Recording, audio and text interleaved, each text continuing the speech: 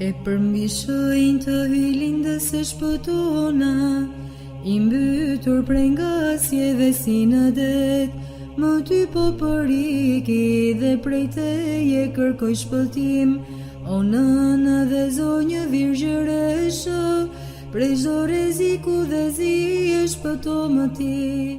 Këshilla për jetën shpirtërore në familje, nga Shumë Porfir Kafsëkaliviti. Vullneti I lirë. Shpirti I shenjtë edhe tani dëshiron të hyjë në shpirtrat tanë, si atëherë në Pentikosti, por e respekton lirin ton dhe nuk do që ta cënojë atë. Ai pret që t'ja hapim derën vetne dhe atëherë do të hyjë në shpirtin ton dhe do ta transformojë. Unë nuk bëjmë askënd biseda shpirtërore nëse nuk ma kërkojnë. Duhet ta respektojmë lirinë e tjetrit.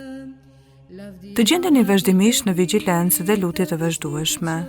Jeni shumë të kujdesshëm me veten, por edhe me bashkëbizetuesin tuaj, duke e dëgjuar me vëmendje, duke e respektuar mendimin e tij dhe lirinë e tij kur ka një mendim të ndryshëm nga ju.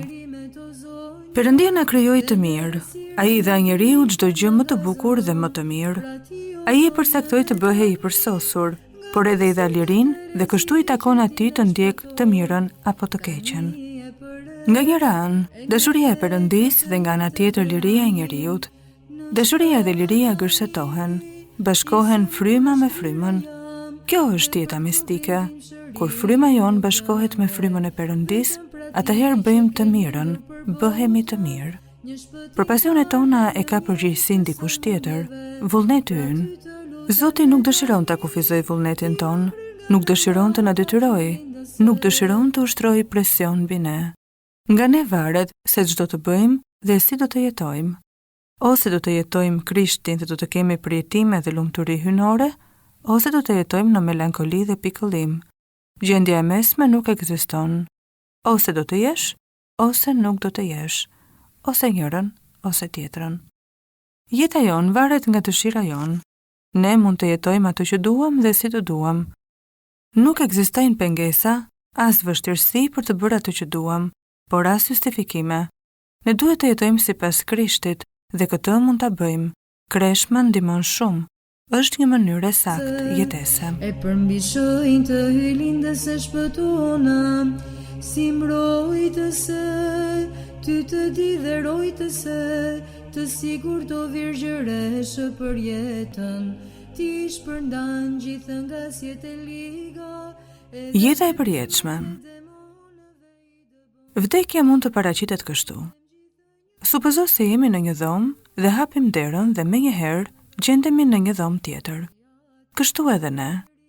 Nëse jemi këtu me Krishtin, dhe atje do të jemi me të. Nuk ka vdekje. E mundi Zoti ynë.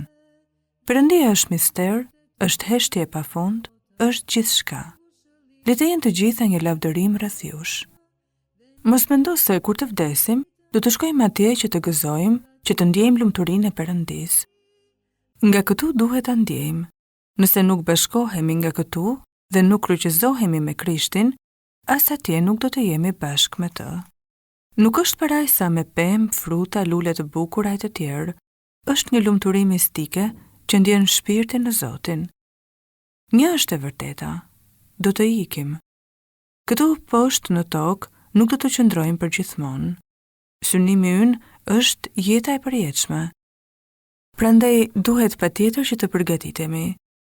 Dhe sekreti është se kur të përgatitemi, do të jemi të lumtur, nuk do të kemi frikë, por do të presim me gëzim për të shkuar në dritën e paperënduar.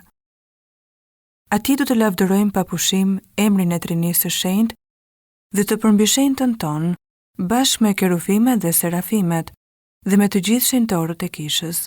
Por duhet të fillojmë që këtu të jetojmë duke lavdëruar Perëndin triadik. Nëse nga këtu nuk bashkohemi me Perëndin, as në jetën tjetër nuk do të jemi me të, në lavdi dhe në gëzimin qiellor. Dhe do ta jetojmë që këtu jetën e përjetshme, nëse vdesim sipas njeriu të vjetër. Mos harroni, jeni të përjetshëm. Të punoni sikur jeni të pavdekshëm dhe të jetoni sikur jeni gati për të vdekur. Në fund të fundit, në këtë jetojmë dhe lëvizim dhe jemi.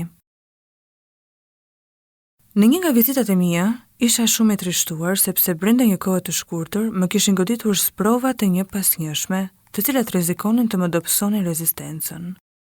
Në atë errësirë, më dha shumë ngushëllim dhe kuraj një mendim, të cilin ja shpreha Jerontit sapo hyra në qelinë e tij. Ju e dini, i thash, para se t'ju a them, se po kaloj përsëri sprova. Por ta dini se më ngushëllon ky mendim, se në këtë botë prej dheu ku jetojmë, të gjitha janë të kota dhe të përkohshme. Na duhet edhe pak më shumë durim, pasi edhe gëzimet, edhe hidhërimet, do të kalojnë shpejt dhe do të vijë ora kur vdekja do të na udhëzojë drejt pavdekësisë. Dhe uroj që me lutjet tuaja të bëhemi denj, unë i pa denji, të jetoj afër Krishtit. Prisja miratimin për këto gjëra medituese që i thash, por u habita kur dëgjova të reagonte fort. Mos mendo kështu, se do të vdesësh dhe pastaj do të shkosh në pavdekësinë qiellore. Përpiqu të bëhesh i pavdekshëm që tani, duke vdekur këtu në tokë për veten tënde të keqe. Kështu, nuk do të mërzitesh, por do të gëzohesh shumë, duke jetuar me Krishtin. Kështu nuk do të kesh frikë as nga sprovat, as nga Satanai, as nga vdekja, sepse do t'i mundësh të gjitha nga këtu, nga toka, në mënyrë që të jesh gati për pavdekësinë e qiellit. E pash me habi, i gëzuar dhe i thash: Jeront, janë gjëra shumë të bukura këto që po më thoni. Më qetësojnë shumë më tepër nga mendimet që po ju thosha më parë. Më rrisin moralin dhe më gëzojnë. Madje, më kujtojnë një mbishkrim në hyrje të një manastiri në Malin e Shenjtë. Nëse vdes para se të vdesësh, nuk do të vdesësh kur të vdesësh. Jeronti sa po dëgjoj këtë, u entuziazmua dhe më tha me zë të gjallë: Shkruaje këtë shpejt në katalogun tim të telefonit, në një faqe të bardhë. Unë, me hirin e Perëndis, shoh njerëz që kanë fjetur të jetojnë dhe të gëzohen në dritë. Është shumë e bukur jeta tjetër. Një ditë Jeronti më tha: Kur të iki, do të jem afër jush. Pas vdekjes, shfuqizohen distancat.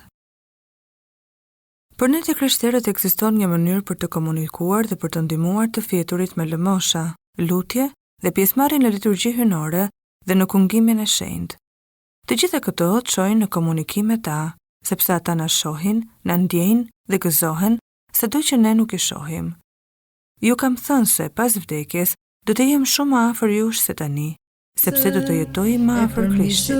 Të hylindës e shpëtona, si mbrojtëse, ty të di dhe rojtëse, të sigur të virgjëreshë për jetën, ti shpërndan gjithë nga sjet e liga, edhe veprimet e demonëve. Hidhërimi dhe mërzitja. Mos u mërzit me problemet e tua, që më ke thënë. Mos u fikso me to.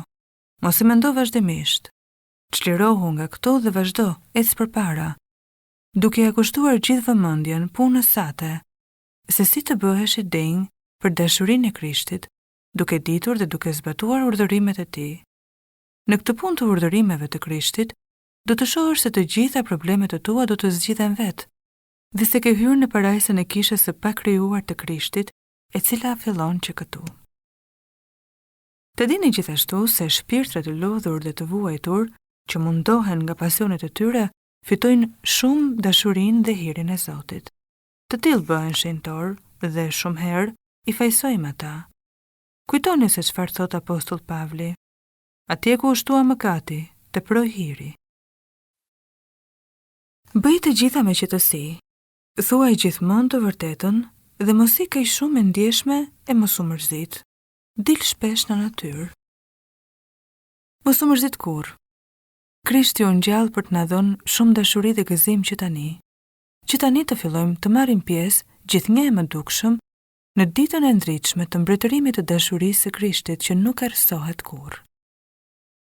Dëgjoj biri im, Zoti të ka besuar një tundim të vogël, një vështirësi të vogël, një problem, mos u mërzit. Thuaj: Krishti im, qoftë bekuar, më jep forcë ta përballoj. Ta falenderojmë për të gjitha, veçanërisht të mos harrojmë ta falenderojmë për trishtimin dhe dhimbjen. Mos u mërzit. Kjo duhej të ndodhte. bëj kujdes. Trishtimi dhe mërzitja e madhe nuk janë nga Perëndia, janë nga kurthi i djallit. Kur jeni të lodhur nga ana psikike, do të keni shumë përfitim të bëni shpesh këtë lutje. O Zot, shpirtin tim që paralizohet gjithmonë nga mëkatet dhe veprimet e gabuara, ngrije me për krajën tënde hynore, ashtu siç e ngrite lart dikur të paralizuarin që të thras, i shpëtuar, o Krisht i mëshirshëm, lavdi pushtetit tënd. Të gjitha virtytet kanë harmoni, mund të jetosh në gëzim. Nëse kupton se vjen ndonjë errësirë në horizontin e shpirtit tënd, thuaj një tropar të bukur dhe errësira do të bëhet një himn për Zotin.